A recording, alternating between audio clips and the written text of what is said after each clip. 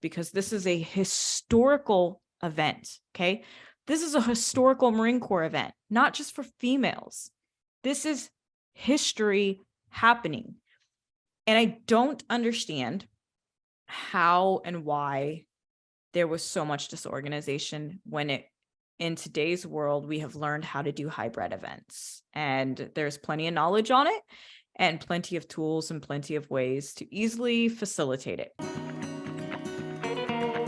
Hello, this is Tab Bartley, and you are listening to the Oath We Took podcast, of Jesse's story, the show that tells the Marine Corps story through the Marines and one more piece of this week's episode is going to be a little bit different. Sacrifices Our theme this week is history. His stories and in this episode, I'm going to talk about every Marine story services integration. We didn't all join the military for the same reason. 4th Recruit Training Battalion. What is the same? And a highlight from all of the female Marines who have been on the oath that easily could have ended in death so far. For some, these women who served in the Marine Corps all served in different eras and different Marine for their service. Yet there are things I'm going to challenge you that we share or we can relate to their stories instead. I encourage you not only to listen to this episode, but to go back and listen to and you just heard a piece of Jesse's story. I know so many amazing Marines who hesitate to tell their stories. And one more piece. These stories hold so much power and so many life lessons matter.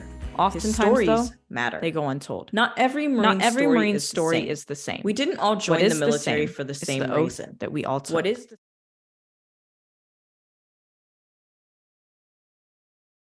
So this is my first solo episode, so we will see how it goes and some of the challenges of it. And I had originally planned to publish this episode on Tuesday, but as the week kept happening and things kept happening, I wanted to wait until the 4th Battalion deactivation ceremony. But before we talk about that, I would like to talk about earlier this week, the Recognition for Women's Armed Services and Integration Act. And I said it in my LinkedIn post, so if you don't follow me on LinkedIn, go ahead and follow me. But I think the reason why this day is so important, or that day was so important because it was earlier this week, is because it's about the integration of women.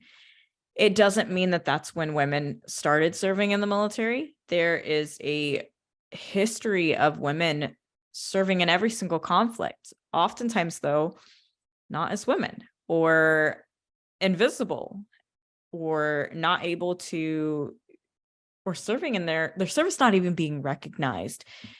And so I think it's an important day to look at, to see the accomplishments and the things that we have been able to do, but also what issues do we still have? What are some of the things that we still need to address? And I know we've talked about some of those things on the podcast, and I hope as more guests come on and more episodes that are created in this podcast, that we have a lot of hard conversations about that, because I think it's important. And I think knowing our history and knowing where we come from is just as important too, and that we have to strive for change. And that kind of segues perfectly into today and this week. And for those of you listening who are female Marines, more than likely you went through 4th Recruit Training Battalion if you're enlisted. And I guess one of the things I remember talking about so much, or telling people so much, is that, you know, when they would ask about females in the Marine Corps, it felt like such a prideful thing to say that all females go to this one place and they're all trained here, and we're trained by other, you know, females, and how much scarier female drill instructors are over male drill instructors. And I think of this legacy, and, you know, as we've learned in the last month that it was being deactivated, it's been a little interesting and up and down, at least for me personally. I don't speak for all females by any mean, or all Marines, but for me, it's been I mourn the legacy and where I came from and what that means. But I am grateful for the integration and for what my sister in arms are now being able to be a part of and being integrated fully. I guess here's where Blunt Bartley comes out. I don't understand, though, how or why the entire deactivation, from announcing it to the public to the ceremony, was so disorganized. But it was completely disrespectful for there not to have been more than a month's notification. People have to, travel from all over to attend if they wanted to attend, and a month's time is just not enough time. Furthermore, not having a direct link to the event. I know that I personally called Parris Islands a few times saying, our Marine Corps League detachment is hosting a watch party with our local VFW chapter. We're inviting and opening this to everybody, to the public, because this is a historical event, okay? This is a historical Marine Corps event, not just for females. This is history happening. And I don't understand how and why there was so much disorganization when in today's world, we have learned how to do hybrid events, and there's plenty of knowledge on it and plenty of tools and plenty of ways to easily facilitate it. I encourage anybody who wasn't able to attend and or tried to watch the live streaming that completely went dead multiple times and just like disappeared, and then Parris Island's lack of interaction on the post and such a delay in even saying there were technical issues. I encourage and implore you to write how you officially feel, whether you do it through email, a letter. The Marine Corps should have been covering this, not even just Parris Island, because this is Marine Corps history, and they didn't. And I'm not going to tell you why they didn't, because I don't know, but perception is reality, right? And the perception of how you go look at the Facebook post and you can see how many people take that and what it means to them.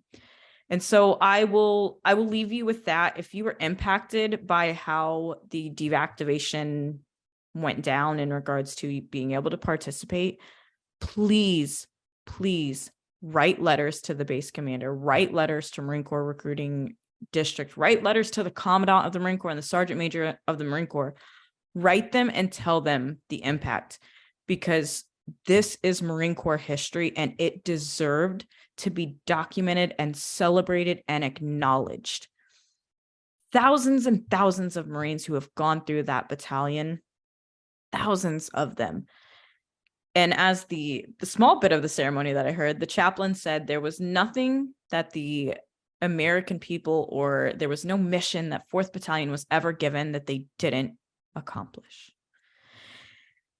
And with that, I would like to focus the rest of the episode on highlighting those female Marines who have been on the podcast so far. You've hopefully heard their stories before, but if not, here is some segments of those individuals, and I will highlight them, and I encourage you to go back to their episode and listen to their full story. You're about to hear a soundbite from Teresa Brandon's interview. Teresa went through when females wore different uniforms, they didn't qualify for rifle, and she performed in the band. And she tells a little bit about her experience and her journey and her decision to join the Marine Corps. But what made me join was back when I was in school. I graduated in 1974, which makes me 68. It's okay. I'm not sensitive about my age at all. In fact, you have to celebrate where you are anywhere in this life. I was really fortunate in that in the 1979, I had an opportunity to take a look at what am I going to do with my life. I had gone to college initially at Ball State University, ran out of money, and had the great wisdom, and I really say that today, to not take out a loan. Okay. I just didn't feel comfortable about taking out a loan with the job market was heading into disaster in the 1980s, as we know historically looking back.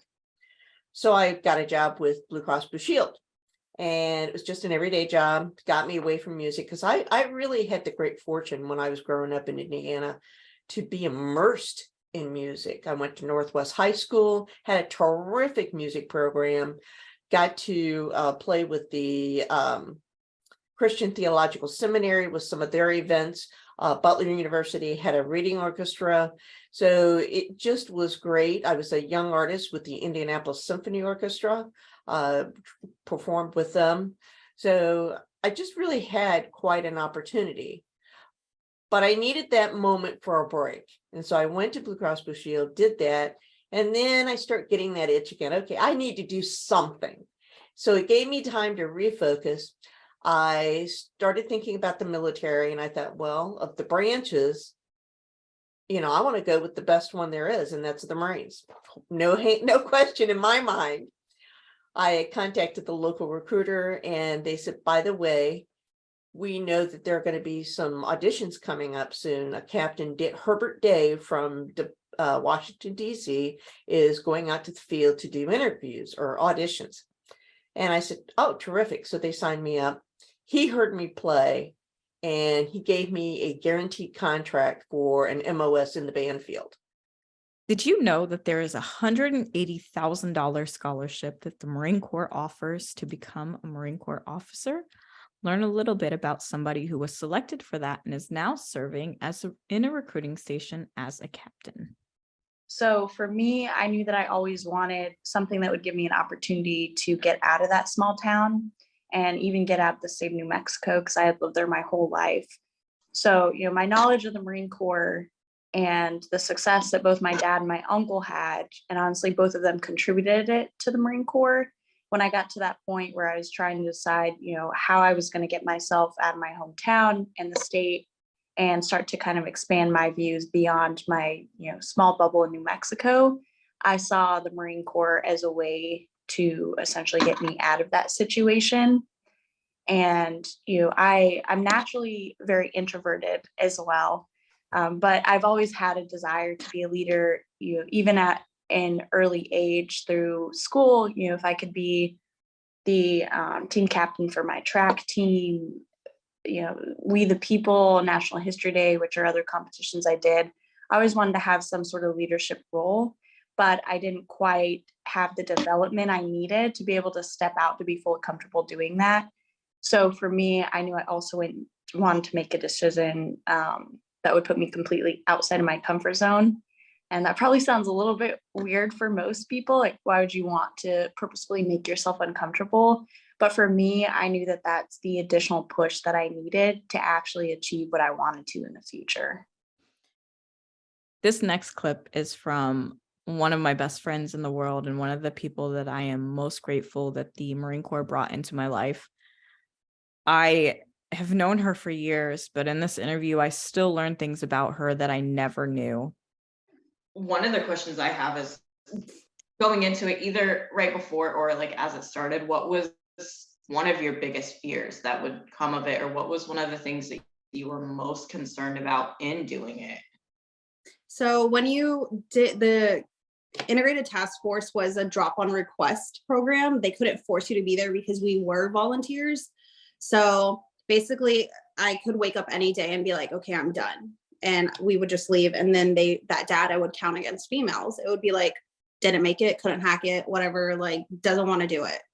And so that was always something that we had to be cautious of, is that you're representing, females across the Marine Corps, period. Like you're trying to determine. So that's why they picked these like most physically fit females to like compete.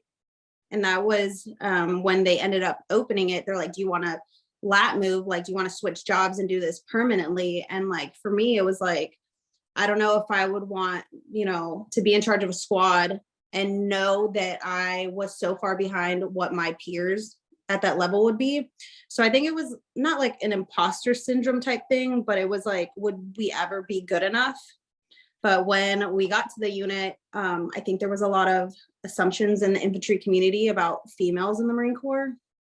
And a lot of the guys just did not talk to us. Like their wives were really worried about us joining the unit. And, you know, they're like, well, they're probably just gonna like not really work that hard. And it was, I felt like the command as well was just not supportive of females being there. And everyone wanted the data to show that the infantry should be and should remain all male. So that was something that we fought the entire time, was just trying to prove our worth and like actually provide data that was sufficient that they could make, you know, the best decision based on the information that they're provided. I had the pleasure of meeting Anna during a all-women veterans event in Indiana. We instantly clicked knowing we were Marines. Anna's episode and her story, it brought me to tears. It opened my eyes to so many things, and I learned so much from her, and am utterly amazed by the strength and the resiliency and the vulnerability that she shares. But to have a career field that in the Marine Corps is hard already, but one that's already so mentally and physically draining, how was that as a Marine, and kind of how was your experience in the Marine Corps with that? It was awesome. It sucked. There were days where it was shitty. Like you're just like, why did I do this? And then you look at the aspect through the training. We trained with the Army out of Fort Lee. They actually ran our entire program. So we had Marines like a gunny I worked with. She was my mentor during class and everything. And then we would go to the local mortuaries inside Richmond, Virginia. And then we would go and spend a week in Dover, Delaware at the Port Mortuary and just learn more about what it means to do what we do. Understand the whole aspect of coming back, taking remains of our, brothers and sisters who were killed in action, or whatever may have happened, and just still give them that honor and that dignity, and just do it to the finest point that we could, down to how we folded certain things, even the creases. You still maintain that military Marine Corps integrity, and it was even more crisper then. So. And I, when you say that, I instantly think not even just like the impact of that Marine, but that Marine's family, who's like it's such a big impact that touches so many people, that you're having a hand in it. And I think that is, until I met you, I don't even think I realized the Marine Corps had that job. We did. We started, I think it was approved in about 2005, 2006. Chief Officer Idles was able to get it approved. And then they kind of just started from there. It was just, they had a group of Marines and they did it inside of Fallujah, and they came back and they did it even more, and they did it on a broader spectrum. They brought more Marines in. And Kinsey is somebody that I connected with and knew virtually and digitally, and was just utterly amazed at the strength and the resiliency and just the positive attitude. And I can't thank her enough for talking about something that I just don't feel like we talk about. I could have tried to stay in and went into a different MOS. I just didn't have that fight in me to do that part. And what was kind of the decisions or the things that impacted that and kind of like broke that fight in you to try and continue? At the time, I just had Ruby, so she was like 2 months old, and Paris just got to the depot, so he was a drill instructor at the time. And we lived 45 minutes from where I worked, and that's like California traffic, so 45 minutes is 2 hours. And Ruby's daycare was down where I worked, and just doing that drive with a newborn, and then getting home to not having time with her, not seeing my husband, not having a support system. And that was something I know that we've talked about multiple times, and just how different of an experience it is to be a mother and a wife in the Marine Corps. And I appreciate you sharing that, because again, that's something that's you're not the only one who went through it, yet you're so alone in the moment. And that decision obviously isn't even easy, because this is, I mean, you're doing something you absolutely love until you can't, right? It's taking you away from your family. And Yeah. so how was that transition then out of the Marine Corps once you finally made that decision? How was that transition out?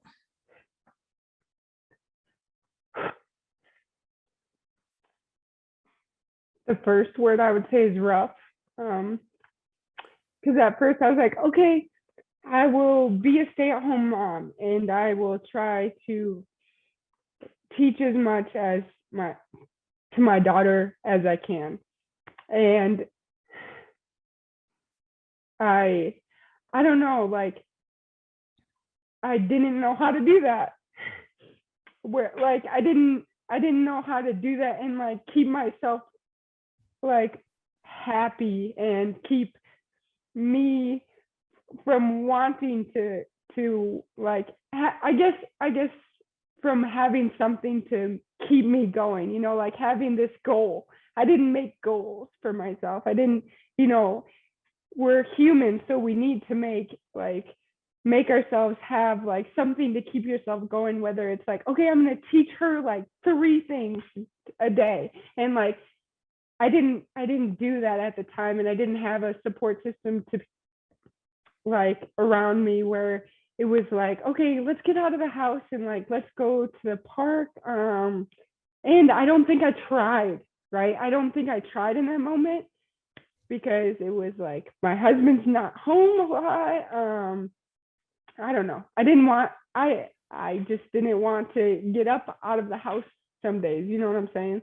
Like, one of my goals with this podcast was not always to talk about the great things that the Marine Corps has done or all the things it's done right, but to also have hard conversations about things that didn't go well and how we can improve it and hopefully make things better for the next Marines.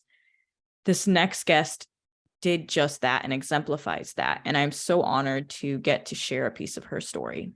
You know, and it was things like that played in my mind. It's just like, I'm a new mom, a single mom at that. I don't have nothing. I don't have a roof to put over my baby's head because I can't live in the barracks with the baby. So what am I supposed to do? So that was very frustrating. And instead of requesting masks, I decided to put like a resource binder together instead. And in the resource binder, it basically just talks about like all the things that the new parent support program may talk about, but not disclose too much about.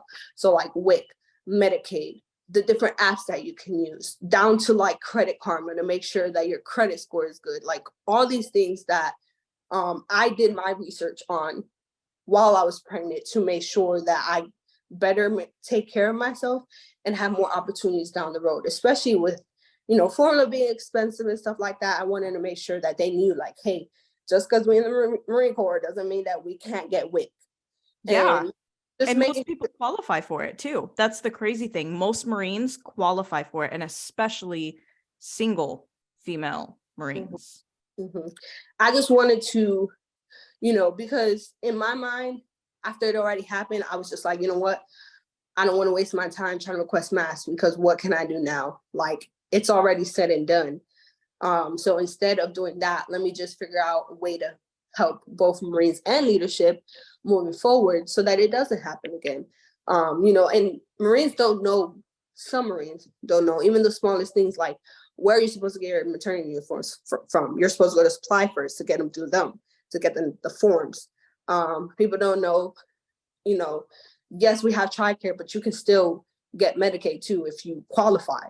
Like all these things, I just wanted to make sure that, one, they were addressed, two, leadership was aware so that they know how to avoid situations like mine. My situation was a unique situation because, you know, most people who are pregnant in the Marine Corps, not all, but most people, they have a significant other or they're married or whatever the case may be. That wasn't the case with me. And it wasn't just, oh, she's a single mom. I didn't have nothing. I didn't have a license.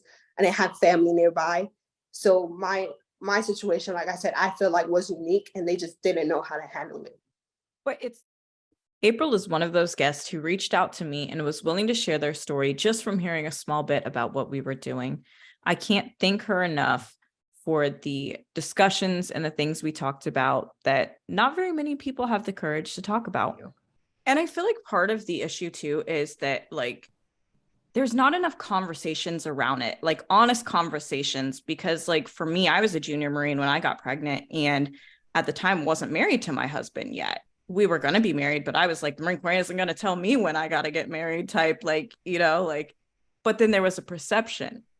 And even not having that conversation of like, what are all the struggles? And like you said, the financials and just like a young marriage in general, marriage is hard. You add the Marine Corps and all the things that can happen in the Marine Corps and first time parents. And as a female, again, being pregnant somewhere that like, where's your support? Like, what is your support? And having to deal with all of that. I think that's a huge thing that even like, I think it's important that even hearing somebody like you say that, because it's not like you're telling people not to, it's just like there's so many struggles that we're not talking about. Yeah, it is. It's very, I mean, life is already so hard, right? And then we just make these decisions because we're in the moment or we feel like it's the right thing to do. And Tab, you were talking about had we had those conversations, who were you going to have those conversations with in your unit? You know, how many girls did you serve with? I think I had one senior female staff NCO, and she was not the friendliest Marine. And that's just, you know, yeah, we all take care of our own and everything like that, but we just didn't have that connection, you know? And there's, you don't need to have, it's just had it been there for me, they may have opened my eyes and my ears to something that I didn't think was possible before. Maybe we would have considered other options, you know, but if you don't have those conversations, if you don't have that exposure, then you're just kind of swimming in a vacuum with a bunch of Marines who are just having conversations with each other. And it's like this homogeneous mix of, it's not a bad thing, but it's not a good thing for women, you know? And even I learned so many things from this episode that although we were talking a lot about becoming an author and writing stories and being a part of an anthology, I learned a lot about myself in it. And I think there's some very key takeaways from this conversation and being an author that we all can apply to our own lives and to telling our own stories. I mean, it's living past you and forever. And it is just out there. Like how much of an impact that must personally be and how cool does that feel?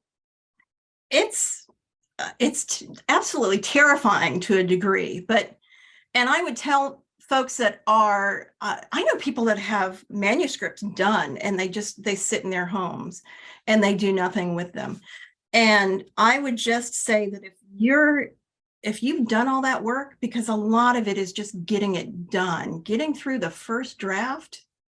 I mean, editing is a pain in the butt. I don't know if I can cuss on here. So you can. You can. I'm usually I cuss a lot, but if you've done all that work, then by God, let somebody else read it. You've done the heavy lifting, and a lot of people let their fears rule how they approach life. Not to say that I'm not afraid of things, but if I put that work in there, I'm going to slap a cover at it and put it out in the world and see who else enjoys it. So far. The last spotlight is one of the most recent episodes we've done and is one of the most impactful individuals on my Marine Corps career. I can't say it any better than her, so I'll let her lead. Was it an easy decision? No. Because a lot of your identity gets wrapped up in the Marine Corps, which is why it's really hard for Marines to come out. And then when you leave, it's extremely difficult because you feel like you've lobbed off a piece of yourself. And you go from talking to people every day to not as often. And you go from wearing a uniform to people not knowing you, if that makes sense. It does, because it does feel like such a part of you. Like somebody being a Marine just like means something, and you understand what it means. So then to not wear that, and then as a female to like, you know, if you have a Marine Corps sticker or something like that, like, oh, your Oh, when husband did your served. husband Oh, serve? your, which I mean, okay, for both of us, our husbands did, but like Jacob, you know, Yeah. was always like, I'm not the Marine. And it's just like, why? Like, at least for me, I never felt like I really had to validate myself in the Marine Corps. And all of a sudden, when I got out, I did. And my gender mattered so much when I got out. And I didn't really feel that in the Marine Corps. Actually, like on recruiting duty, it felt like a positive, because it was like, hey, let's show female Marine to our school. Yeah. This is the Oath We Took podcast, and you just heard from multiple Marines a little bit about their stories. One more Marine. You now know one more piece, few more Marine Corps history, and another piece. His sacrifices history matter. Our stories matter. Not every Marine story is the same. Not every Marine joined the military for the same reason. We didn't all join the Marine Corps for the same reason. That we all took. What is the same? An oath that easily could have ended in death.